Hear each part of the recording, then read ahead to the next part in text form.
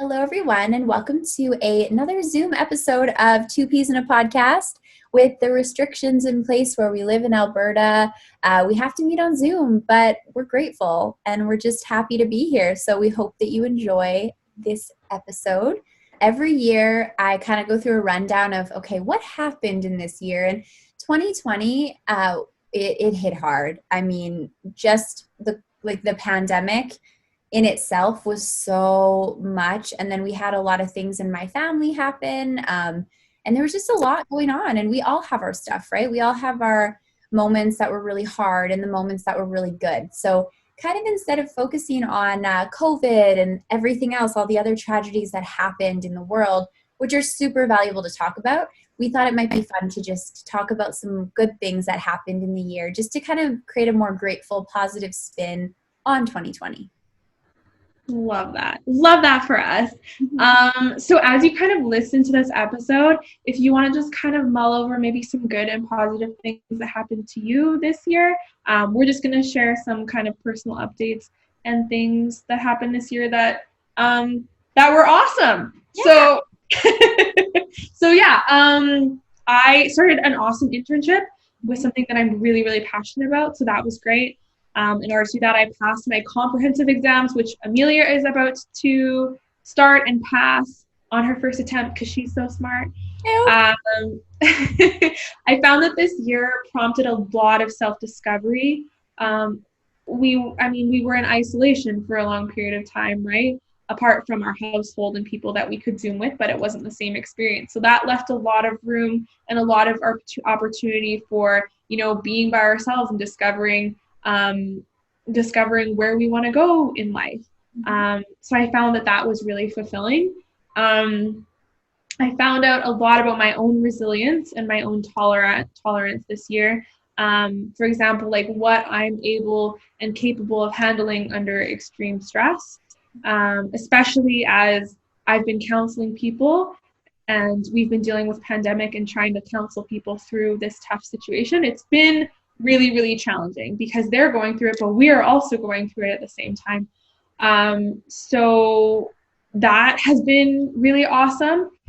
I feel like I have become a lot closer with my family actually through all of this. It's kind of pulled us all closer together, even though, we've been limited by, not being able to have as many in-person interactions, but it's forced us to develop new methods of communication, and that has prompted us to become closer as a family unit, I would say anyways.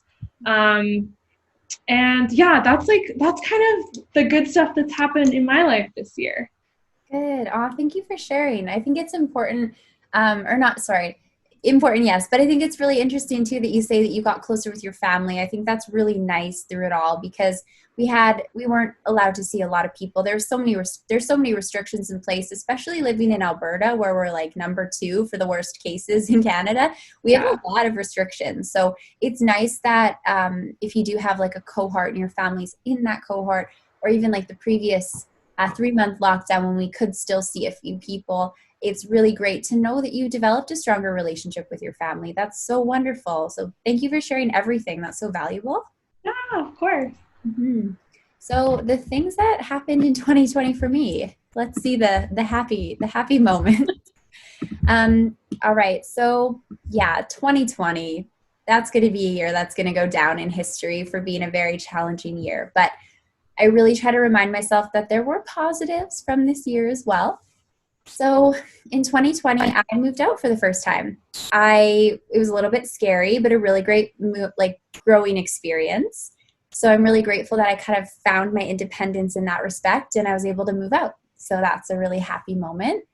I started my second year of the master's program, which was good to have the success of actually finishing the first year. So that was happy for me as well. Yeah.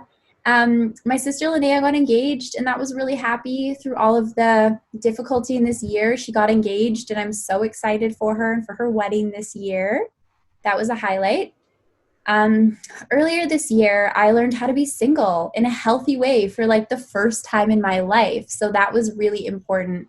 And it created space for me to press into my creativity and to not rely on another person, but it allowed me to be completely on my own and feel really grounded and feel okay with being on my own, especially because I was single for the entire quarantine period. So I just spent a ton of time with my mom. I lived at home still, so I was just, my mom and I would go for walks, we'd go for drives.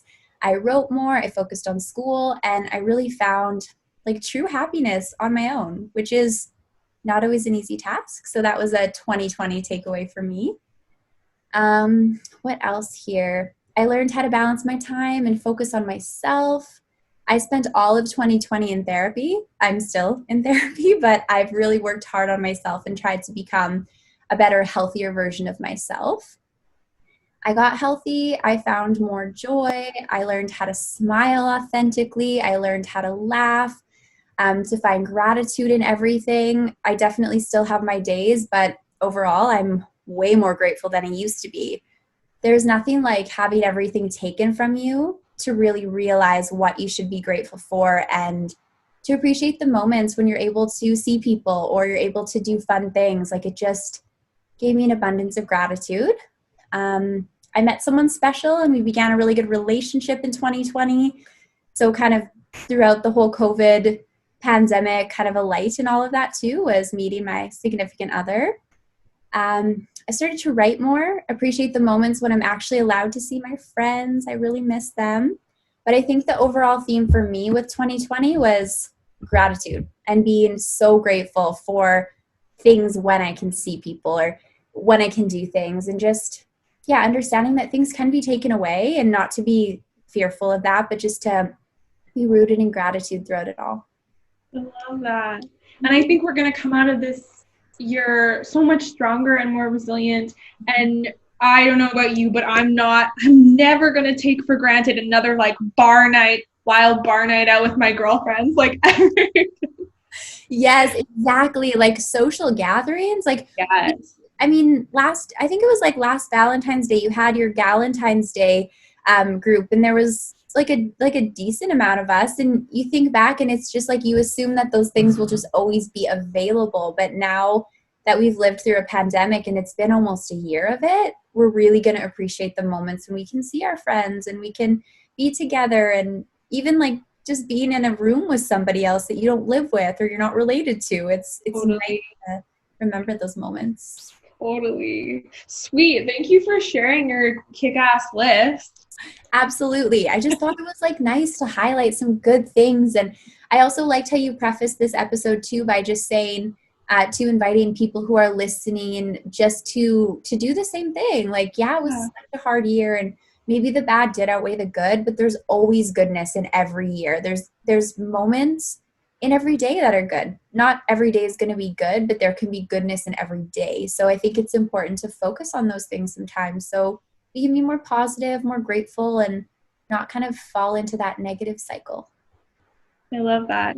Awesome. Thank you for sharing. And thank you for prompting the opportunity to share. Yeah.